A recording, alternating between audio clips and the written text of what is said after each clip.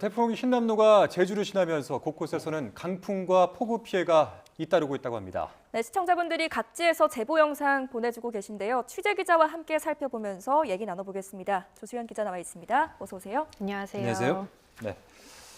자, 먼저 제주 지역을 먼저 살펴볼까요? 네, 태풍 흰남노가 빠르게 이동하면서 조금 전에 제주를 통과했습니다. 네. 강한 비바람으로 이미 제주 지역 800여 가구에서 정전이 발생했고요. 제보 영상 들어온 거 보면서 자세히 현장 상황 설명드리도록 하겠습니다. 네, 어제 저녁 7시 제주 이도일동 산지천입니다.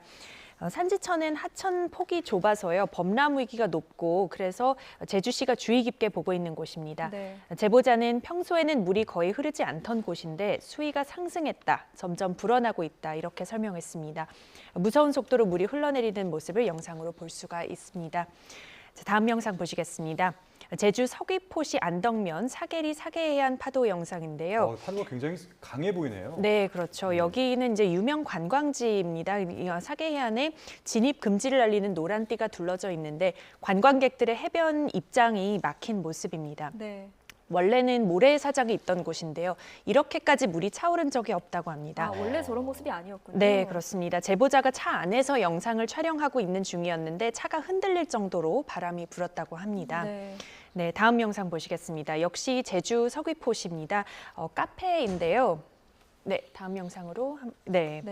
지금 이 카페 앞에 설치해둔 철제 지붕이 강풍으로 주저앉아 버린 모습입니다. 예. 어제 오전에 카페 지붕이 무너질 것 같은 모습이어가지고 밧줄로 묶어뒀는데 오후 5시쯤에 결국에는 강한 바람을 이기지 못하고 무너졌다고 합니다. 대비를 하셨는데도 피하지 못하셨군요. 피해를. 네, 그렇습니다. 그리고 지금 이제 보시는 화면은 카페 바로 앞에 그 해안도로에 조금 전에 지나간 화면인데요. 네. 파도가 강하게 치고 있는 모습도 볼 수가 있었고요. 지금 이제 보시다시피 사람들이 모여서 구조물을 철거하는 작업을 진행하고 있고 주변에 그 구조물이 무너지지 않게 지탱한 밧줄들도 널브러져 있습니다. 네, 다음은 이제 경남으로 한번 가볼 텐데요. 경남 창원 반림동에 있는 한 건물입니다. 건물 외벽이 손상된 모습입니다. 경남 이 창원 반림동의 이 갈색 건물인데 외벽에 붙어있는 흰색 자재가 바람에 날리는 모습을 볼 수가 있습니다. 이 안전선이 있기는 한데 바로 밑이 인도라서 아찔한 상황이었습니다. 다행히 인명피해는 발생하지 않았다고 하고요.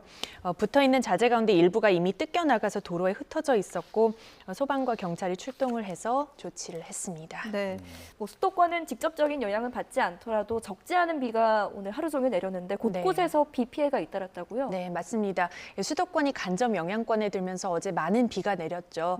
지금까지 인명 피해가 접수된 거는 없지만 제보 영상을 역시 보시면서 설명을 드리면 먼저 강남 수서동 화면입니다. 네, 가로수가 쓰러져 있는 영상인데요. 넘어가네요. 네, 여기는 이제 아파트 단지에 심어져 있던 나무인데 강풍을 이기지 못하고 이렇게 맥없이 쓰러졌습니다. 차량 블랙박스 영상을 통해서 지금 촬영이 됐습니다. 주차장에 세워져 있던 차였는데 이렇게 나무가 쓰러지면서 차량 2대가 파손이 됐습니다. 행인이 없던 시각이라서 다행히 다친 사람은 없었고 제보자에 따르면 이 당시에 바람이 무척 심했다고 합니다. 네, 다음은 서초구. 보시겠습니다. 양재동, 양재천 모습인데요. 산책로까지 물이 차올랐는데 걸어 다니면은 발이 푹 잠길 정도였다고 합니다. 제보자는 이 부근이 지난 집중호우 때 얼마 지나지 않았죠. 그때도 피해가 컸고 또 복구가 거의 끝나가고 있었는데 또다시 범람했다. 그랬군요. 네, 이렇게 상황을 설명해 주셨습니다. 네, 그다음에는 이제 경기 안산시 고잔동인데요. 네, 역시 큰 나무가 인도 쪽으로 쓰러져 있죠. 여기는 상가가 있는 아파트 단지인데 주민들의 통행이 많은 곳이라서 자칫하면 또 위험할 수 있는 그런 상황이었습니다. 비뿐만이 아니라 바람도 굉장히 거셌나 봐요. 네, 수도권에서도. 그렇습니다. 네, 맞습니다. 그래서 태풍의 영향으로 한강 수위가 올라가면서 서울시는 잠수교 보행자와 차량 통행을 전면 통제하기도 했습니다. 근데 이 태풍 영향 때문에 뭐 바닷길, 하늘길 다 막혔다면서요? 네, 맞습니다. 어제 저녁부터 국내에서 운행하는 모든 연안 여객선과 국제 여객선 항로가 전면 통제됐습니다. 해양수산부는 태풍의 북상으로 파도가 높게 일고 또 해수면이 상승함에 따라서 이같이 결정했다고 설명했습니다. 강풍으로 대형 하역 장비가 무너지지 않도록 컨테이너 크레인 등을 선박에 고정시키기도 했다고 설명했습니다. 네. 또 이와 함께 어제 하루에 국내 14개 공항을 출발하는 여객기 530여 편 가운데 360여 편의 운항이 중단됐습니다. 그리고 오늘도 사전 결항이 벌써 240여 편이 결정된 상태이고요. 특히 오늘 새벽과 아침에 태풍이 경남 남해안을 지나가기 때문에 추가로 결항하는 항공편이 나올 가능성이 커 보입니다. 그래서 항공편 이용 계획이 있으신 분들은 각 항공사의 운항 정보를 미리 확인하셔야겠습니다. 예. 자, 비 피해 상황을 살펴봤는데 끝으로 정확한 제보 방법, 어떻게 제보를 하면 좋은지 여기에 대해서도 좀 안내해 주시죠. 네, 여러 가지 방법이 있습니다. 우선 카카오톡으로 가능한데요. 카카오톡에서 뉴스는 YTN, 또 제보는 YTN 검색해서 제보할 수 있습니다. 또 전화는 02-398-8282 혹은 8585로 해주시면 됩니다. 제보 영상을 통해서 생생하게 저희가 현장을 전달할 수 있으니까 많은 제보 부탁드립니다.